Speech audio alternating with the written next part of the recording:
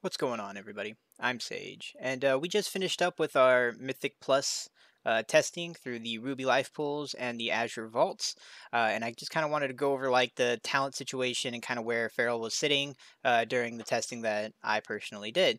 So there's a couple of things that I want to kind of go over as far as builds. As far as like the build that's up on the screen currently, you can tell you can see that I didn't take the convoke and the 1 minute convoke, and instead went over to adaptive swarm and the AoE adaptive swarm. Now I've talked about this in previous videos. I'm not the biggest fan of adaptive swarm, which I'm still not honestly the biggest fan of it. But I wanted to make sure I test out everything, even things that are outside of like what I initially wanted to do, because playing the adaptive swarm build, you definitely feel it when you're doing some kind of single target damage. As far as its utility and its capability inside AoE, as long it has to meet a couple stipulations. Pretty much, adaptive swarm is increasing all of our dot damage on a target by 25%, right? And then the legendary application of it, the second one, allows it every time it jumps, which is 9 seconds because it is affected by Circle and Life and Death. It's every 9 seconds instead of every 12 seconds that it jumps around, which is way better, massively better. That you can have Circle and Life and Death in this. And before it used to be kind of like a bad thing that it would do that if back in Shadowlands because you wanted that full 25% duration continuously. But since in AoE you want it to leap as many times as you can so that you can get it on multiple targets at the same time, it's actually nice that it pairs up with this and becomes 9 seconds. In order to meet the stipulations for this to be like pretty decently effective is that the tank has to keep pulling, right? You have to be in constant battle all the time is what you want to do, and that's because you want to make sure that your adaptive swarm is living, and all your adaptive swarms that split across your party members are living as well. Because every time it splits and it jumps, it'll jump onto your party members and then jump back onto the targets. However, when you did have your entire party member have adaptive swarm, plus you had one that you can press, and you jumped into a pack, and then your adaptive swarm goes and tackles onto the damage side of it, and it jumps onto the group, and you have your big primal wraths that are buffed up with Tiger's Fury and Lion Strength and stuff going across everything. It's super noticeable how much damage it does increase over that duration. And since it's 9 seconds, you do get a couple of those ticks, or those couple of those transitions, especially in higher end Mythic Plus, because things are living a little bit longer. You're getting more jumps, as well as you have that constant application on your actual ability to be able to press it out there. So that's it's not as bad as I initially was thinking about it. And in higher end Mythic Plus, it might definitely be the way for AoE. It is good single target. Like Adaptive Swarm itself is good single target, but it doesn't give you that good like chunk of burst that Convoke definitely does inside that single target frame, where you can get up there and then kind of stay up there through it. But it does increase your damage throughout the whole time. So you could, depending on how long the fight is, kind of equal out to it as long as you kept getting it back up onto to your target. And there are ways to min-max this a little bit as far as timing and making sure that you see when the timers are on your other targets, or on your party members. Having this buff show up on their party frames is really big, because then you can kind of see when they're about to jump, because then if they jump onto the targets, you want to make sure that you're not pressing your actual adaptive swarm ability on a target that's going to have it jump to it. You can press it on a different one. So it's definitely not out of the woodwork. I did do some very good damage, and Rip was doing millions of damage for overall with using Adaptive Swarm. And because of the nerfs and stuff that they did not too long ago, and where they converted a lot of our damage into bleeds and out of ferocious bites, Adaptive Swarm gained a little bit more of that oomph, because now you're increasing that damage that they just amplified even further, because they amplified things like Dreadful Bleeding by 5%. They did kind of change our Rip and Tear. Instead of it just being, which I actually think that this one hasn't been like fully placed in there, because I remember reading that it was supposed to go to 8 seconds, doing its damage over 8 seconds instead of 6 seconds, which isn't there yet. But once it does, it'll just mean that it'll take a little bit longer for our bleeds to do their full damage. However, Adaptive Swarm lasts for 9 seconds. This one's going to last, your tear is going to last for 8 seconds, so it'll still be there for that full duration. So that's one build I played. Another build I played was playing this right here, having both Adaptive Swarm and having your Convoke. And this definitely, you can notice it inside those the primary targets. The targets that you need to make sure that you're bursting down very quickly. Inside boss damage, you notice those damage. And inside Mythic Plus, you want a good mix of the two, right? You want to be able to do good AoE as well as do good single target. Because if all you do is AoE and then nobody can do single target, that's a bad thing. And Feral is actually one of the few specs that I think can convert here very, very easily and not lose out on a ton of damage overall, depending on where you want to display take away the points from it. Now, there are arguments that can be made, since not arguments, but even like just ways of playing that you can change up here, and that's things like taking off Apex Predator's Carving and going into Unbridled Swarm and having Convoke. And I've tested it where you take off Apex Predator's Carvings, and the only bad thing, like your Ferocious Bites aren't doing a ton of damage, and your Rampant Ferocity, which is your AoE variant of your Ferocious Bite, got nerfed. Even though they had that like 30% armor, or 30, the armor that it was eating up part of the Rampant Ferocity, they took that away. But then they nerfed Rampant Ferocity, they nerfed Ferocious Bite itself, and then they nerfed Sabretooth, which all of that nerfs Ferocious Bite, and then obviously Ferocious Bite's AoE damage to Rampant Ferocity. So since they nerfed it so hard, they literally just swapped the places, which is kind of what people wanted when they said, like, let's go bleed build, right? I think they went a little too far to it. We're still doing really, really good damage, which is great. And as more mobs live, we get to do even more damage, which is great. And we still have a little bit of that, like, small burst, right? Because it's not as big as it was. Ferocious Bite isn't hitting nearly as hard as it used to be, and it's not AoEing as hard as it used to be. So you're not getting that like kind of periodic bursts of AoE damage while your bleeds are ticking pretty damn hard on everything. So when I took it off, when I took off the Apex Predator and I went over, the main thing that you notice is energy and rotation. Your rotation feels way smoother when you have that free proc, because you're sitting there waiting for some energy sometimes. And when you have that free proc, you're gaining energy because your Apex Predator carvings get Soul of the Forest energy.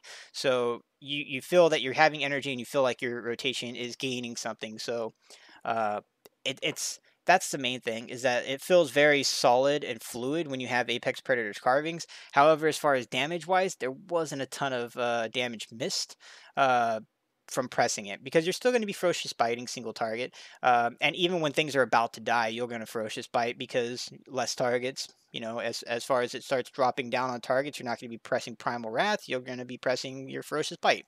Because you'll already have your rip up. You're just not going to have your refreshed rip up there all the time.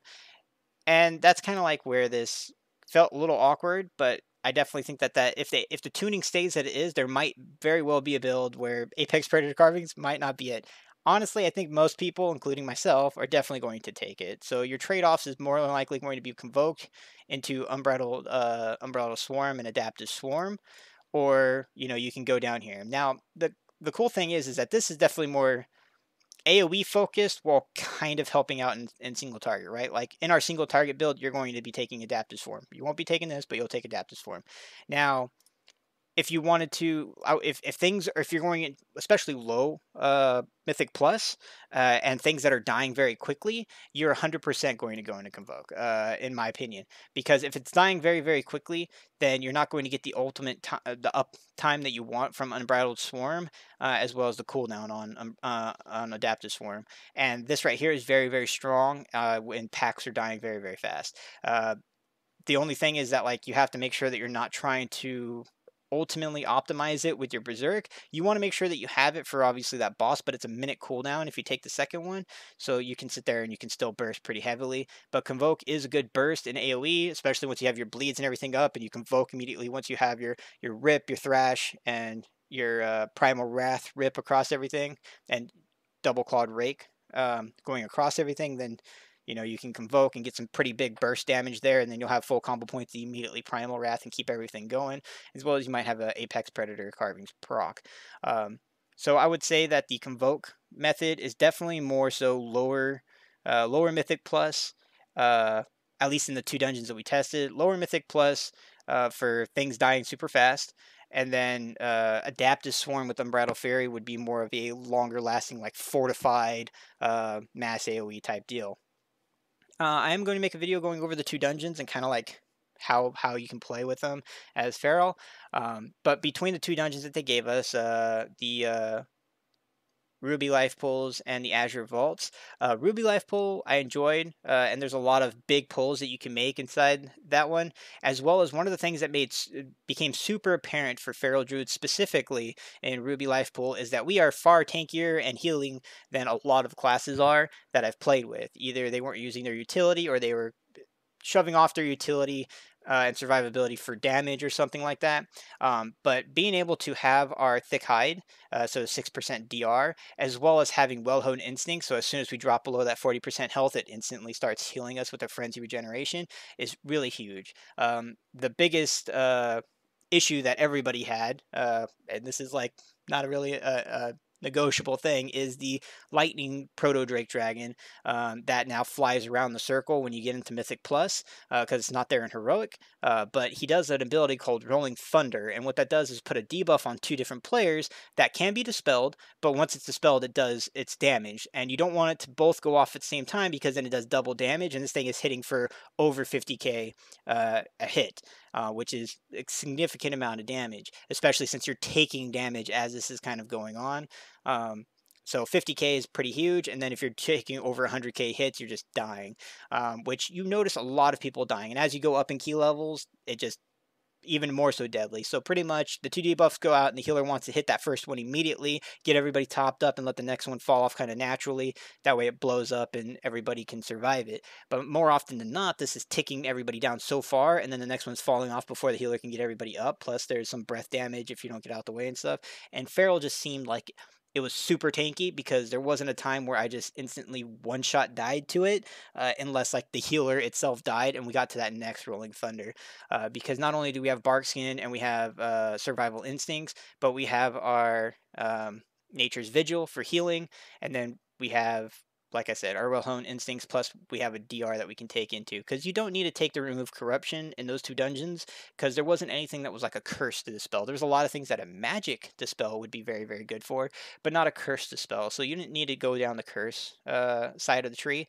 But one of the big things that even further on we might be able to talent into or change up things is that because Well-Honed Instincts is very, very strong, kind of buffing up your Frenzy Regeneration just to get that additional capability, as well as you'll get that Bark Skin increase. Like you could go even tankier for it, or you could just like what I was doing when I started like getting used to it and seeing the debuff, because at first we had no idea what was going on, but once you started seeing the debuff and seeing the countdown, then you can shapeshift bear and Survival Instinct shapeshift bear or Bark Skin shapeshift bear to survive it, which is a ton of survivability comparative to a lot of the other classes that just instigate by those abilities, as well as the healing overall. The majority of the time, I was doing very good healing across the board, and you can definitely do more once you get used to the dungeons and training. There were several times where I was doing very competitive damage with the healer and tank, or healing with the healer and the tank.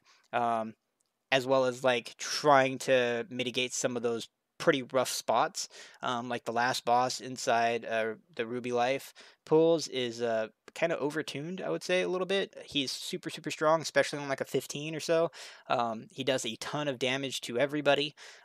So being able to heal and throw out those hots all over the place, having Nature's Vigil, as well as Adaptive Swarm. Adaptive Swarm does have a pretty decent amount of utility because it's constantly healing as well, which when we're looking at like an overall, people aren't looking at that as much, but you definitely bring a lot of survivability to the group with the Nature's Vigil, and having Adaptive Swarm is a lot of healing utility. But then as a Feral Druid, we get all of our free regrowths to throw out as well, which is just one GCD insta cast that you can chuck around. And I've talked about in my Feral Mythic Plus video from last season about how valuable that could be if you properly used it, because that's a lot of healing if you keep rotating it out. And obviously you don't have to do it all of the time, but once things start getting pretty hectic, you can get a lot of heals out. And Apex Predator procs also proc your heal. So like you can heal, then you proc, you hit your Ferocious Bite, you heal again, and then you have 5 combo points that are, saved up, and then you hit it again, you can heal again. So like within the span of 3 full abilities, you can get off 3 regrowths to the group, which is pretty strong, and that's actually come into play quite a bit. And that's survivability in Mythic Plus. And at the beginning of the expansion, Mythic Plus, especially everybody trying to reach those 20s very quickly to get the 421 and or Great Vault rewards as soon as they can, survivability is going to be a big issue, as well as damage. And our damage profile is still looking very, very good, especially comparative to several others. There's a handful of people that are doing around the damage we're doing, and then there's like 1 or 2 people that are bugged currently, mainly BM hunters, that I'm sure will get fixed. They have some issues with their Beast Cleave and Barb Shots and stuff like that doing infinite damage. So I'm sure that some of that stuff will get fixed. We have some more tuning, and tuning definitely is going to come out soon. And we just have to hope that we dodge it a little bit, because I think Farrell's in a pretty good spot as far as like where other people are seeming to land. There's a few people that are a little bit below the bar, and then like I said, a few people above, but I think ultimately we are right there with them, which is a great spot for Farrell to be in. I'm super excited about it. But that's mainly what I want to go over is inside Mythic Plus, the different options that we have, different testing options. And like what we can play around with. I do still really wish that Frantic Momentum was 1 point, so we could put a point into Carnivorous Instincts with both of these builds, because either way, if you take out both of these, you kind of jump into not spending a point inside Carnivorous Instincts, which I think that 6% extra damage would be very nice. Continuously, especially since you're getting a lot of Tiger's Fury reset procs, even if you're getting less than you would in like a low dungeon, when you're playing the higher ones, you're still getting a decent amount of this, because you have things that are dying periodically. But Frantic Momentum, I really wish that was 1 point, so that we could get the 2nd point in there, and then like you can go either build here, but if not, like you could always take the Apex Predator and put it over there. Like I said, and this will come down to like ultimately tuning, because once you do that, it's like this right here is, you're gonna Ferocious Bite rarely at that point, which does feel a little awkward trying to just Primal Wrath, Primal Wrath, Primal Wrath all the time. Get your bleeds out in Primal Wrath, because if you run this right here, having Double Clawed Raked on all your targets is even more vital, because you have that increased bleed damage from Double Clawed Rake. So it's like, where are you gonna go? This right here is pretty much essential in AoE. I don't think that we're ever going to change from that. So like you still have to come down on this side, so you can't jump around. I do still believe that Lion Strength is going to be the go-to, because you're going to run out of abilities, I would say. But you could definitely make the argument for this type of build to go with Blood Talons, since you don't have the procs anymore. You could go with Blood Talons, and then you'd have a 30% or 25% now. Sorry, they nerfed it. So you'd get a little bit of an increase over the Lion Strength, the 10%, because you are going to be clawing, right? So you're going to be raking all the targets, and then you have Rake, Thrash, and Swipe, but you'd be probably overriding Thrash a ton. And that's kind of like, okay, well, some of that value might not be there. But this could definitely be a build. Also, like, once we get enough crit, Tiger's Tenacity might not be the optimal way to go, and you might try to go with Raging Fury. Once again, this is like if you can keep things going. Up here on the top, we did get the 1 point of Tireless Energy, because we did take Taste for Blood out. The points for Taste for Blood, like, they're very good to amp up your Rampant Ferocity damage, but since they nerfed Ferocious Bite so much, that it's like, it's a very good question if it's even worth taking, so you might not take this. And if you don't take this point, you could take both of these points and place them over here if you didn't feel like you needed the energy, because if you're not Ferocious Biting nearly as often, then this is not as useful as a talent anymore. Sabertooth is still going to be very useful, because your bites are going to increase that rip damage across all your targets, but you're going to want to, come down the tree. And that's another argument for Apex, is that since this is still increasing all of your damage across all of your rips by 25%, like, that's still pretty big amount of damage. So there's very good chance, like I said, I'm probably going to, just because it feels better to play, but you have that increased damage here. Plus, you're getting a little bit of AOE. It does feel bad that when you look at the meters and they kind of swapped it around. So previously, we used to have Ferocious Bite doing about like 40 to 50% of our overall damage, and then Rip was doing about 10%, right? Well, they literally just swapped where now if you take Rip's damage, which Rip isn't just the Rip damage, it's Rip damage, it's your tear open wounds damage, and it's your Rip and tear damage. Like all of that is just your Primal Wrath ripping across. And you could even add in your Primal Wrath damage to that because it's all just that one ability doing it, doing all of that damage. So like you just have that Primal Wrath adding that Rip to everything for the one ability press, and Ferocious Bite used to just add a whole bunch of modifiers to Ferocious Bite through Taste for Blood and Tiger's Fury, and how many bleeds you had on target, so on and so forth. So like they kind of just swapped spots, which I kind of liked it before, how they were kind of like equal almost, not necessarily equal. Like Rip was still a little bit above it, but like Ferocious Bite was definitely there with it because you were getting all those free procs and doing some AOE damage and stuff with it, which I kind of wish that it was a little bit that way, but like our current build is still very, very strong inside Mythic Plus. So I'm still very excited to play test and figure out more stuff about it. I honestly didn't think I was going to go with the adaptive swarm method, but you know, I did when I got into higher keys. I wanted to test it out, and testing it out, not only did it give it, like I said, a good chunk of healing out there, but it does do some noticeable damage. It is still RNG. Like it's noticeable when it just drops off. If you have somebody die and you're just standing around waiting for that person to get back to the group, or you know, if you have a full reset where everybody dies, so on and so forth, like it's noticeable when you drop it all off.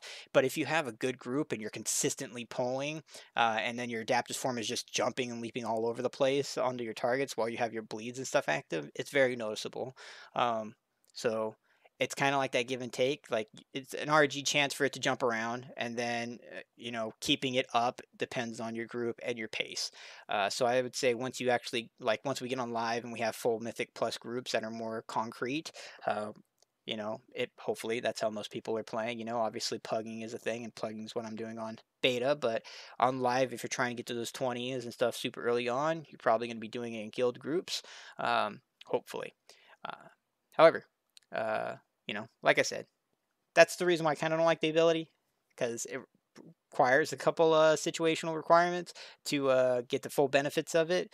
But it is neat. It is more concrete, I would say, damage as far as like just being able to press the button and getting an effect from it than that you can, you know, completely measure other than Convoke, because Convoke is just kind of random. But in total, Convoke does do a ton of burst damage. Uh, Now, it doesn't do enough damage to override the 25% effectiveness from your bleeds that you get from Adaptive Swarm. I don't honestly know. Like that's a testing. That's a not a testing, but a like a simcraft type thing to look into.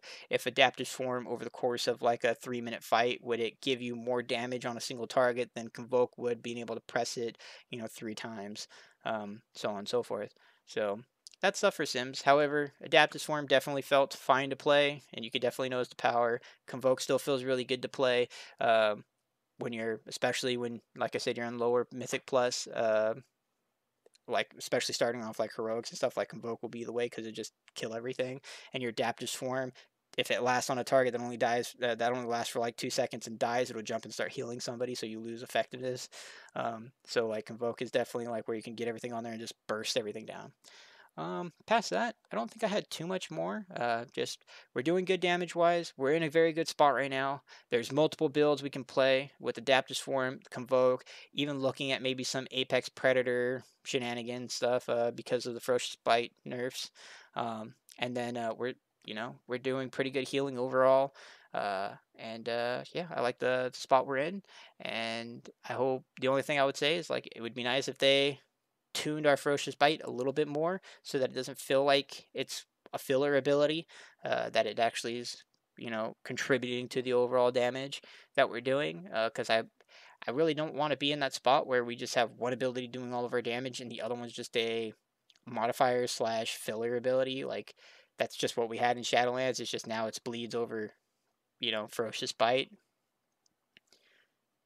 but it is what it is. If you guys have any questions or comments, let me know. Testing inside Mythic Plus is over for those 2 dungeons, and hopefully we'll get 2 different dungeons out here soon when the next beta build comes out, which might be Tuesday or Wednesday, depending.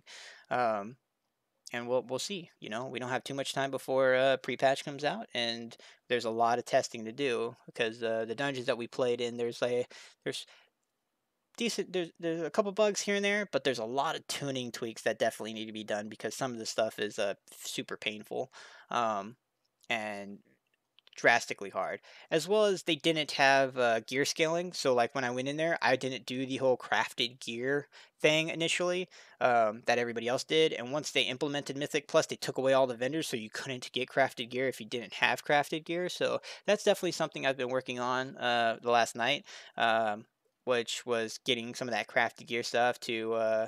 If they don't scale us for the next Mythic Plus testing, then you can get into there because doing the plus 15, like I went in there and I was doing good damage comparative to the group I was in. But obviously, if you want to test it thoroughly, you're going to be a much higher item level when you go into those level of content. And that's where I wanted to be. So I'll be working on getting some of that crafted gear rolling on my character for the next Mythic Plus testing. And I'm looking forward to it. Like the dungeons are cool. Like obviously they're new, so they're all interesting, but they're definitely cool. There's a few things in there that are like little like kind of odd, and hopefully they'll get like little tweaks and changes. But ultimately, both the dungeons are perfectly fine. Neither one of them are super long. Ruby Life Pool is actually really short, as long as you don't like chain die to the lightning dragon or something. Um, which is cool. I love having short dungeons, under 30-minute dungeons and stuff that are you know, interactive to play with, and you can speed up how you do those dungeons um, in a lot of cool ways. So, you know, past that, if you like the video, like and subscribe to the channel. I'll be jumping on some more content here. I do have a bear video that I'm going to be making, and then like I said, I kind of wanted to go over the two dungeons and my thoughts about them specifically, and like what's in them, going over like each boss and a couple of the little things that go on inside those dungeons. So stay tuned for those. And if you have any other builds or anything like that that you've seen or experienced yourself, let me know, because there's definitely some builds out there that I still haven't fully tried, and as more damage numbers and like the feeling rotation between different builds comes out, I'll share with you guys what I've experienced. But so far, the Adaptive Swarm and higher Mythic Plus feels really good to play, um, and we might not be playing Convoke, which is a little bit odd since we've been playing with it all throughout Shadowlands, and you know, we'll see. Past that, see you guys in the next video. Bye bye.